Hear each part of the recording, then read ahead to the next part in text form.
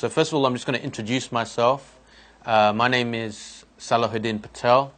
I'm from IERA, which is the Islamic Education Research Academy, which is a dawah organization based in London, headed up by Abdul Rahim Green. Forgot his name. Abdul Rahim Green. Have you guys heard of Abdul Rahim Green? MashaAllah, he's been he's quite well known because he's given a lot of talks on Peace TV with Dr. Zakir Naik, Yusuf Estes. So MashaAllah, he's well known and he has a passion for the dawah.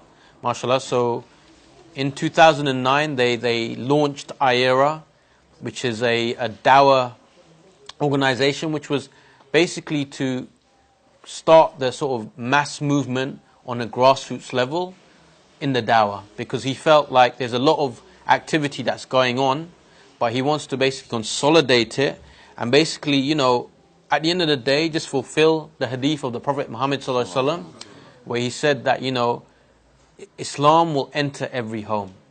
And how that's going to happen is going to be through people going out there and conveying the message of Islam. So, it's been 6 years and mashallah, IERA's work has been really beneficial, not just here in the UK, but all around the world. And we've done some recent sort of global campaigns. So mashallah, the sort of mass movement globally is really taking off. I want to start by telling you a story. I want to tell you a story about a young boy, a small kid, right? And this kid, his name is Salesh. And he grew up in the 80s. Who remembers the 1980s? Remember 1980s? A-Team. What else was there? Thundercats? No? Knight Rider? Dallas? Dynasty? No, these are sort of programs that were out there in the 1980s. And in the 1980s, when it came to technology, we didn't have like the internet. We didn't have like smartphones. We had simple things such as, a simple big TV, VHS. Who remembers VHS? The tapes. We had like Spectrum, ZX. We used to play games. You know how they used to play games? You used to get a tape, right? Like a cassette tape. And you put it into the player. And you'd have to wait like 5-10 minutes for the game to load. So this was the 80s. But mashallah, it was the time of the BMX. Who remembers BMX? BMX was good, man. And in that day and age, kids used to go out to the park. The parents wouldn't care. Everyone used to just go out together. And mashallah, it was a good time growing up in the 1980s. So there's this young boy called Salesh. He's living in that environment in the 1980s. And he's born into a Hindu family in London. His parents are from... his father is from India, his mother is from Africa. So, as he's growing up, obviously, he's living in London. Being from a Hindu family, he's following his family's traditions, which is, going to the Hindu temples, doing the sort of celebrations throughout the year, like Holi, maybe Diwali, and all these sorts of Hindu celebrations. So, you can imagine this young boy, going to these temples and seeing these sort of massive idols, right? These idols where you'd see human body with maybe some sort of, some of them like have a human head, some of them have like animal sort of heads, right?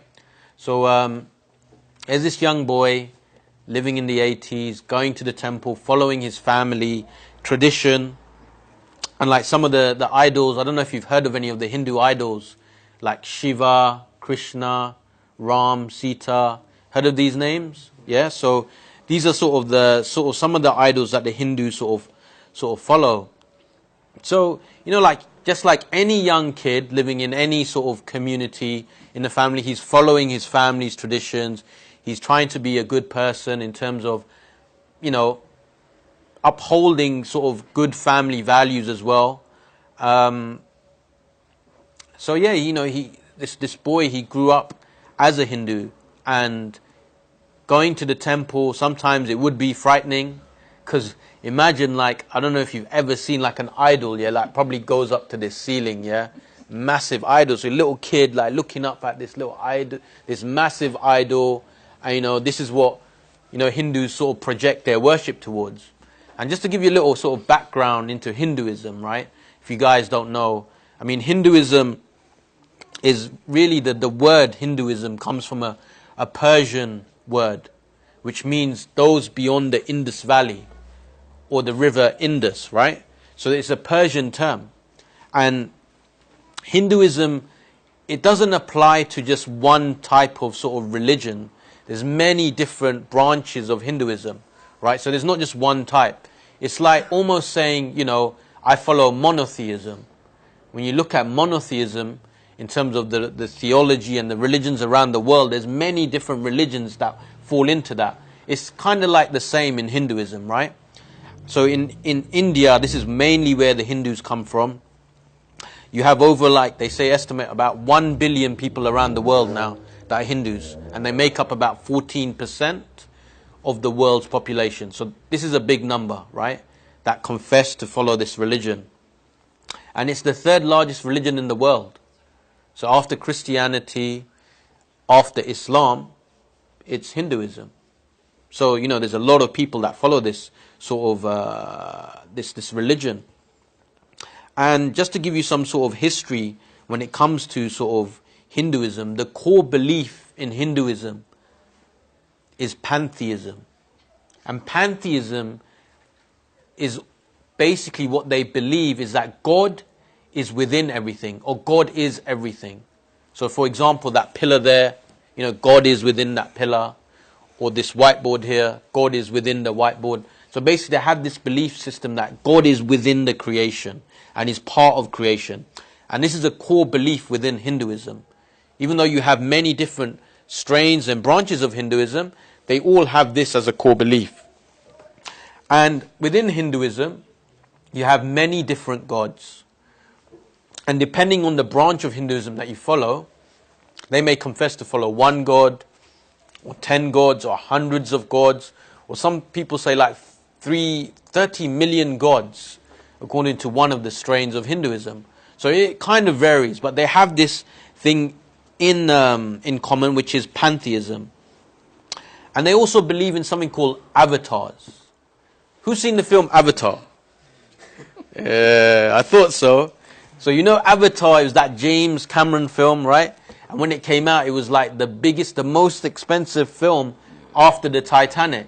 So it was a massive film. And I remember when they released it, it was in 3D in the cinemas. And for those guys who have seen it, if you remember, it was like these human beings taking remote control of this vessel. And if you remember, the vessel was this massive being, and it was blue.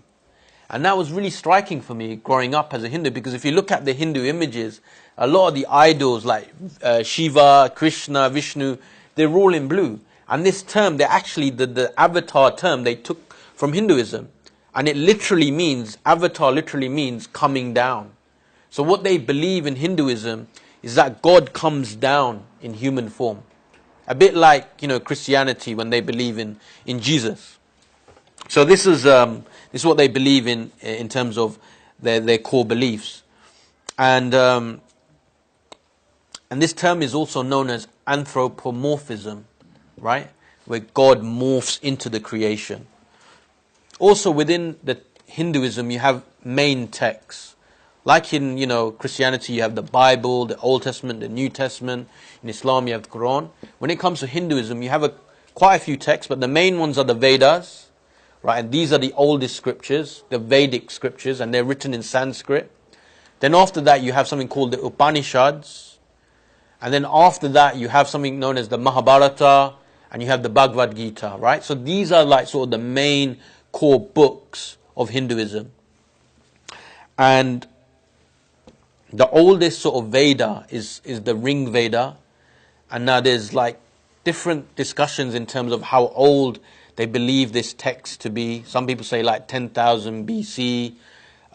Some others argue maybe even older. So there's no agreement within the sort of Hindu community how old this sort of text is. Then you have the Upanishad, which literally means sitting down next to. So what the sort of scholars of Hinduism have said, that these teachings, the Upanishads, are literal teachings where the students would go and sit down next to the guru. The gurus are the learned people, right, in India, and they would take teachings from them. And then these teachings were written down, memorized, and then finally written down. These are known as Upanishads. And then you have like the Bhagavad Gita, which is a part of a poem called the Mahabharata, and you have the Ramayana, which is the story of Rama and Sita. Does anyone know the story of Rama and Sita? Yeah. One person, two person, three person. Okay, very quickly, right, to go over it, yeah, because you know the celebration Diwali, the festival of light, is based on this sort of tradition, this story, and the story goes something like this: that God came down as a human form, and he got married, and he had a wife, right? And this God, his name was Ram, and he had a wife called Sita. And what they decided to do was, they decided to take like a honeymoon or vacation in the forest, right? With their brother and his wife. So while they were on this vacation, the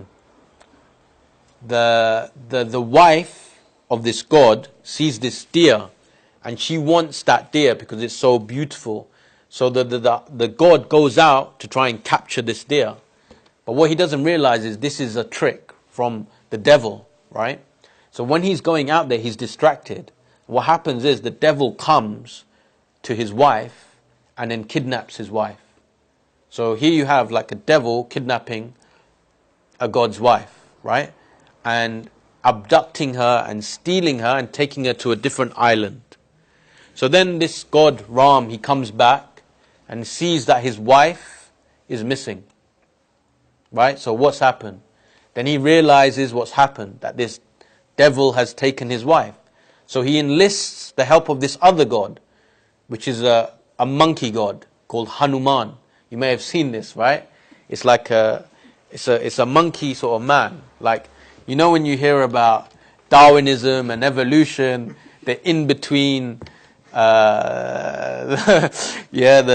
in-between mammal between humans and apes and their ancestors. This is it, Hanuman. Yeah. So this god enlists the help of this other god, and what happens is, they basically build a bridge of rocks to the island where the devil is, and they defeat the devil, and then he's back with his wife, right? And then this tradition of Festival of Light is where they light the lights, meaning that, God has come back with his wife. So this is basically, just trying to give you an image of you guys that don't know about Hinduism. Imagine this young guy living in the 80s, remember Knight Rider, growing up to this, right? So basically, that's the core sort of concept of Hinduism. The only other main concept of Hinduism is they believe in something known as reincarnation. Does anyone know what reincarnation is? Yeah, reincarnation basically means that, when you die, you come back as another creation. So there's this life cycle of death and birth, death and birth, death and birth. So what they believe is in this concept of karma. And the karma, what it states is, the law of cause and effect, that if you're good in this life, then in the next life, when the next cycle happens, you will get something good. But if you're evil, then you may get downgraded. So for example, if you're a human now, and you're a bad human being, when you get reborn, as a form of punishment from karma, you will maybe become a beetle or a cockroach, right? But if you're a good cockroach, then you may get upgraded, right? So this is what they believe, right? This cycle of cause and effect. It's called samsara, in Hinduism. So imagine, some of the things that they believe, like say for example, you have a healthy child, and then you've got a child that has defects. What they believe is that a healthy child was a righteous person in their last life. And obviously the child with the defects, they believe that this was an evil person from before. And what the aim is basically, as a Hindu, is like to fulfill your religious duties, be a righteous person, but also then to achieve this state known as moksha. And moksha means where you break out of this cycle of life and death, where you become one with the Creator, right? It's very similar to Buddhism.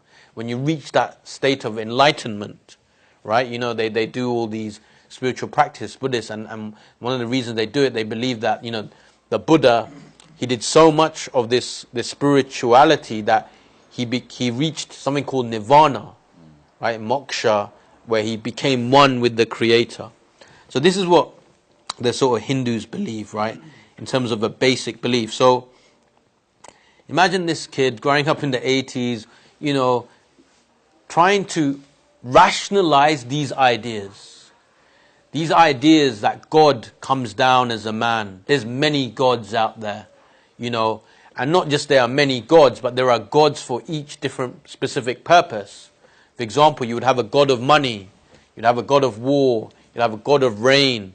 So whenever you wanted something specifically, you would go and pray to that specific idol, right? So living in the UK, you know, where you're taught, you know, religious education studies, you have a bit of exposure to sort of other religions, you tend to realize as you get older, this doesn't kind of make sense. Yeah, so this guy, Salish, he's getting older and he's thinking, you know what, this don't make no sense.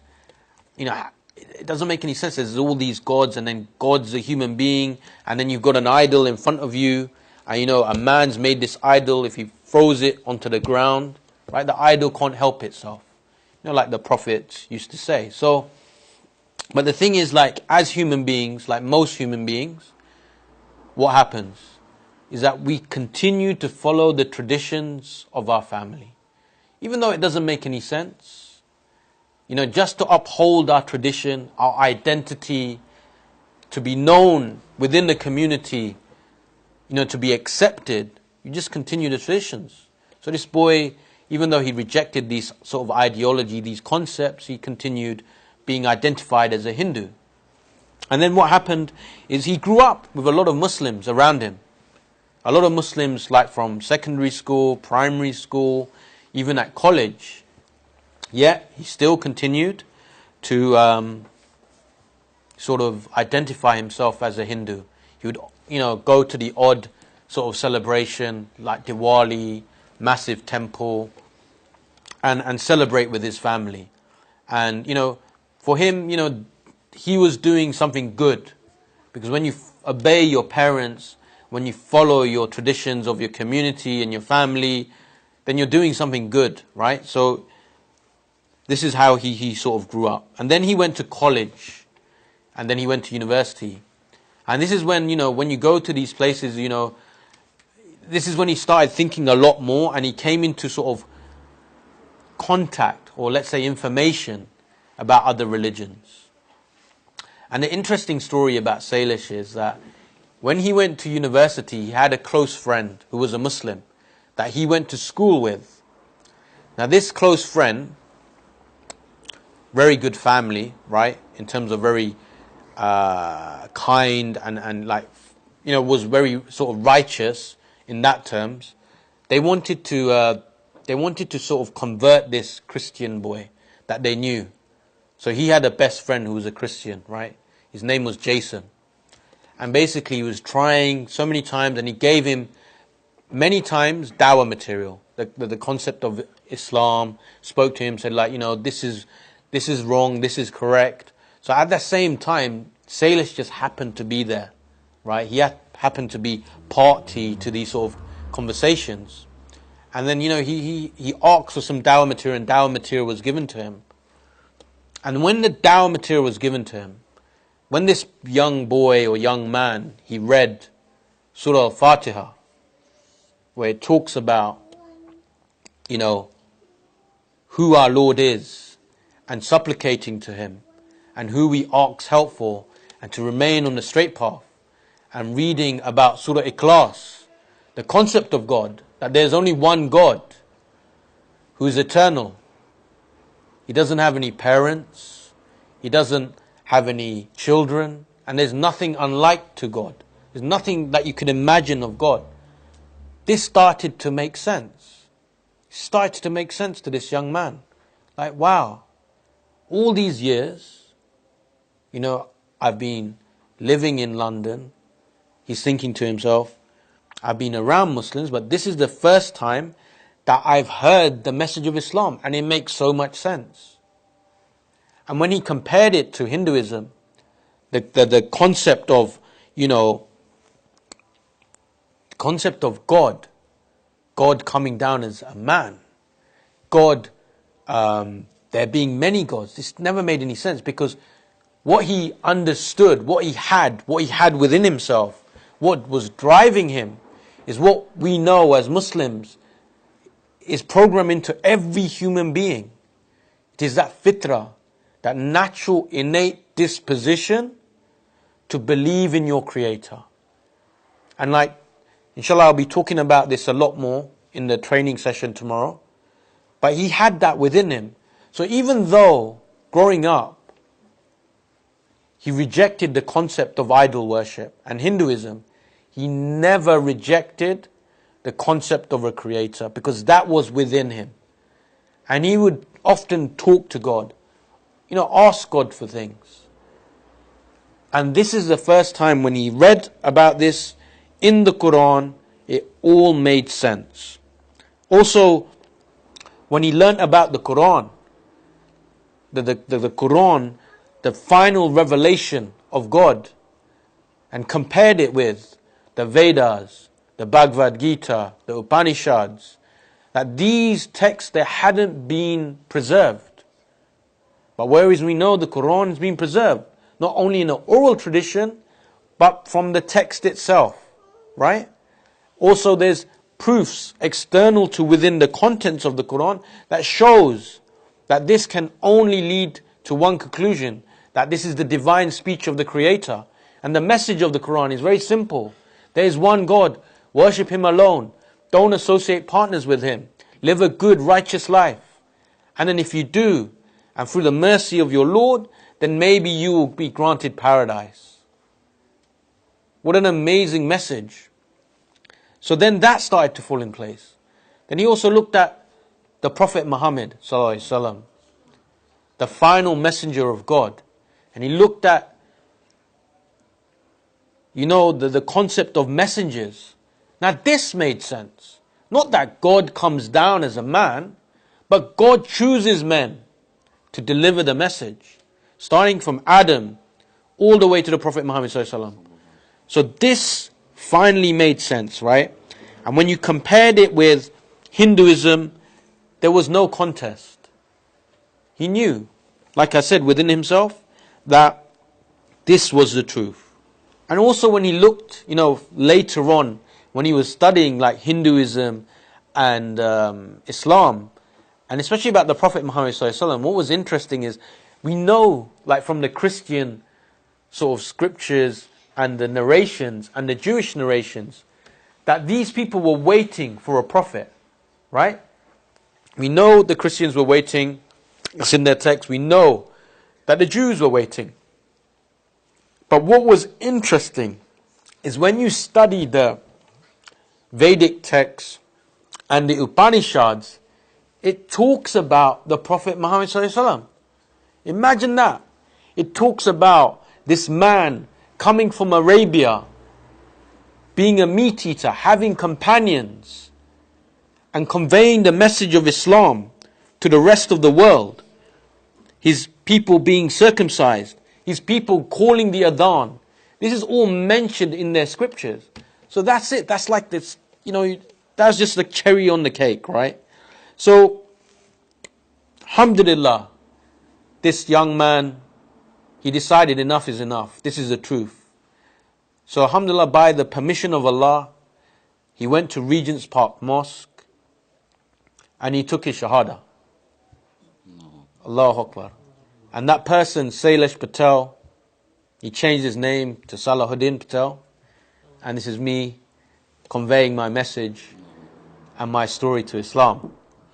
But it doesn't end there. It doesn't end there.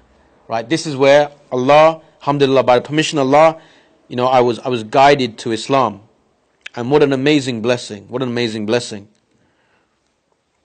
So, what happened to Sallahudin at that point? So Sallahudin, he was working in the city. You know, I used to work for IT companies as a contractor. I was working for some of these sort of investment banks. And I was just like everyone else. You know, I wanted to be successful in the dunya. So alhamdulillah, I'm thinking, you know, yes, I'm a Muslim. You know, alhamdulillah, I'm a Muslim. But also, you know, I want to be successful in this life. So, you know, having some really sort of successful, well-paid contracts, he was working. So he went on for this like for 5, 6 years until about 2008 and 2009, thinking he's being successful, moving up the ladder, gaining more knowledge, trying to gain material things. But then when 2008, 2009 happened, I don't know if you guys remember, that was when we had the economic crash, you know, the recession, when the housing market crashed around the world. So him being a contractor, like me being a contractor, the first people they lay off are contractors. So it was the first time in my life, like, you know, it was hard for me to get a position. Because I would constantly, every week, get calls from agencies saying, like, we've got this job, we've got this job, we've got this job. So it was the first time in my life I had time where I was trying to find a job. And it went on like this for months.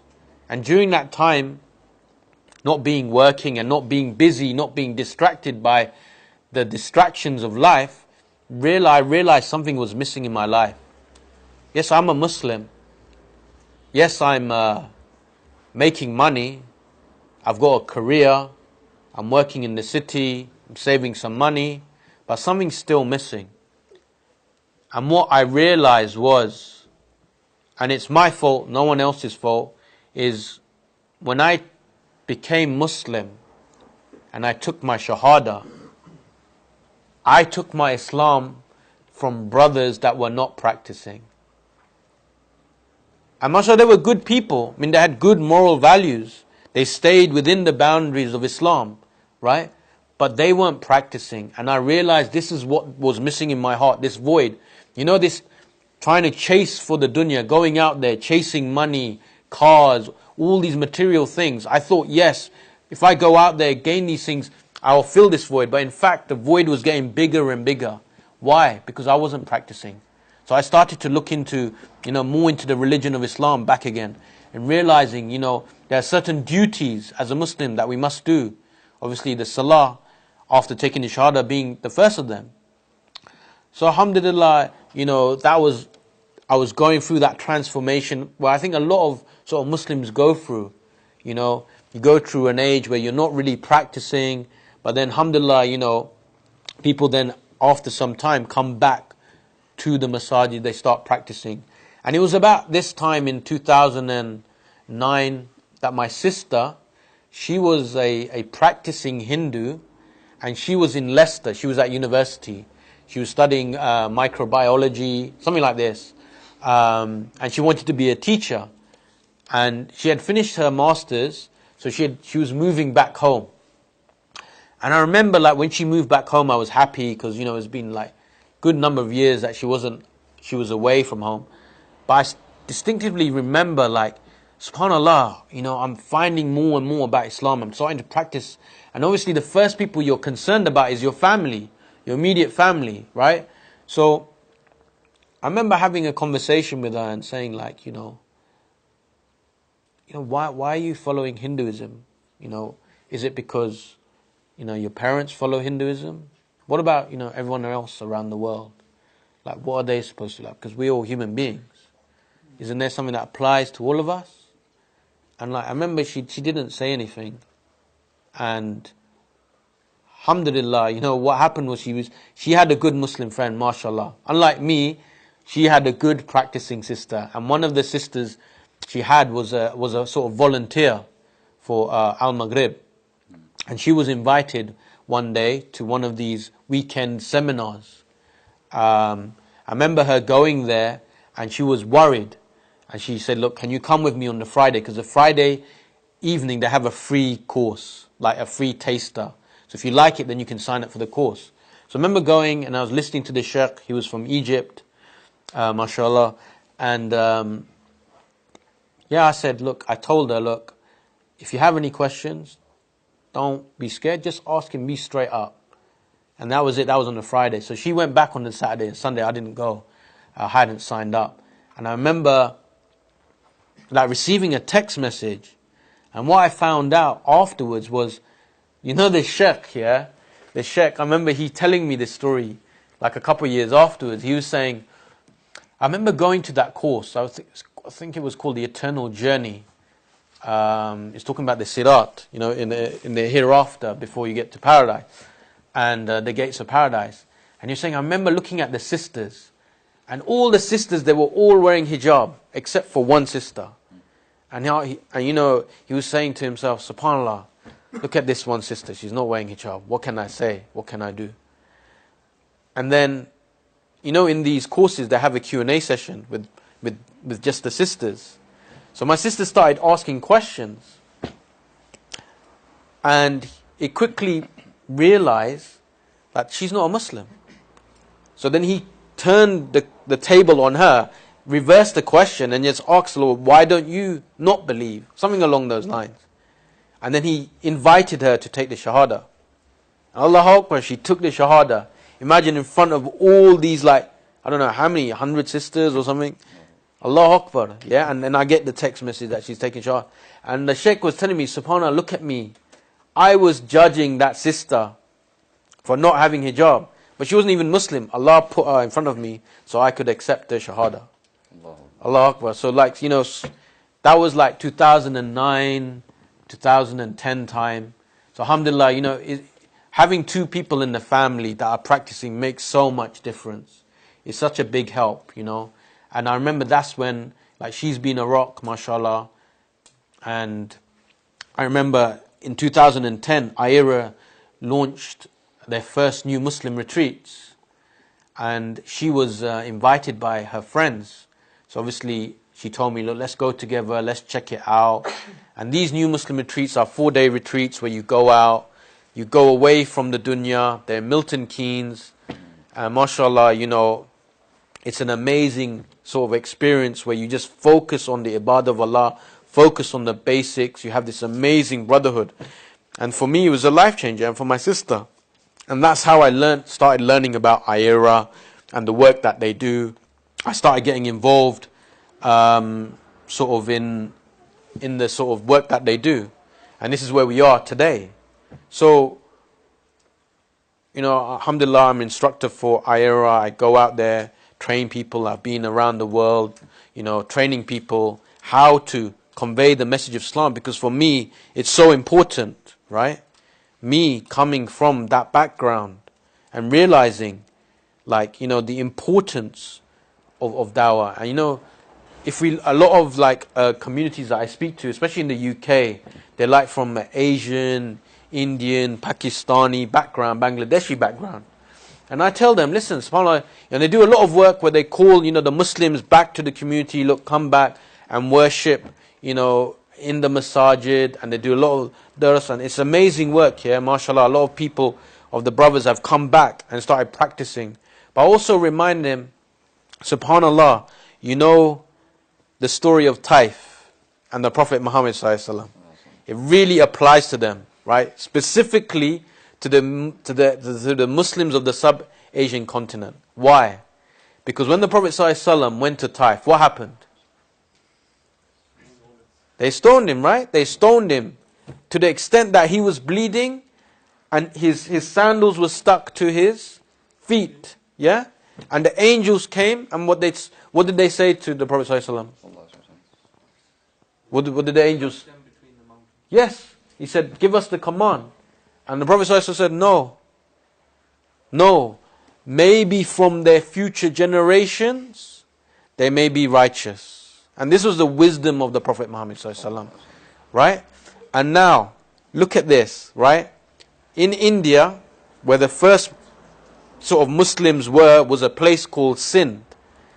And there was a person from Taif, his name was Muhammad ibn Qasim. He was one of the first Muslims to go over there to Sindh to convey the message of Islam. So there the descendants of a lot of the Asian community is because of what happened here in Taif. Because the Prophet ﷺ said, no, wait, maybe from their people, they will go out and convey the message of Islam, like this brother did. And the whole of, if you added the population of India, Pakistan, Bangladesh, the majority is Muslim, mashallah. So, this is just important, I just wanted to share my story and explain to you, just the sort of basics of Hinduism and, why it's so important to go out there and convey the message of Islam. MashaAllah, coming to Huddersfield, you have a really good community here, MashaAllah, really good Muslims. And the problem is when you look at the Muslim community, there's a lot of non-Muslims out there. And like myself, growing up in the 80s, following, Thundercats and X-Men and the traditions of my family, I didn't know much about Islam. And I knew many Muslims growing up. I knew many Muslims and they were good Muslims.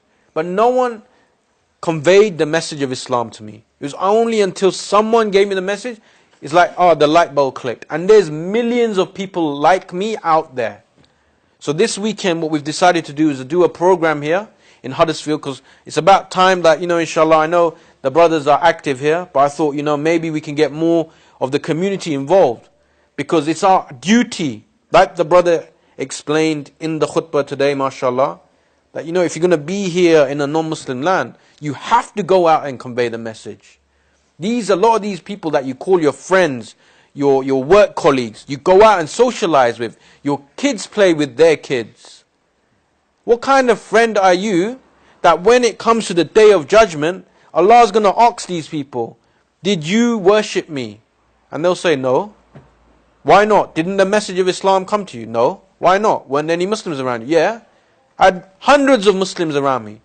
But not one of them bothered to tell me about this day. Subhanallah. So what's going to happen? Finger's going to get pointed back to us as a community. Please don't forget to like us and share us on the Digital Mimbar Facebook and Twitter. Please also subscribe to the Digital Mimbar YouTube channel in the links below.